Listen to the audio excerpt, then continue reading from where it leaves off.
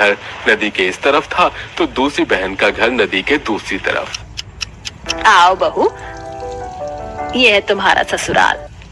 कैसा लगा अपना नदी के पास वाला ससुराल? मैंने जितना सोचा था मुझे उससे भी ज्यादा अच्छा लग रहा है।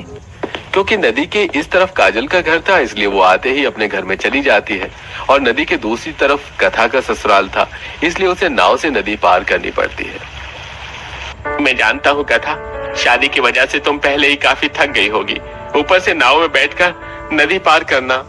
ऐसा मत बोलो, मेरा तो सपना था कि जब मैं अपने ससुराल जाऊं तो इसी तरह नाव में बैठकर नदी पार करूं। अगर ऐसी बात है भाभी तो आपका सपना पूरा हो गया। कुछ दिन में कथा अपने ससुराल वालों के साथ अपने घर में जाती है और इसी तरह कुछ दिन बीत जाते हैं।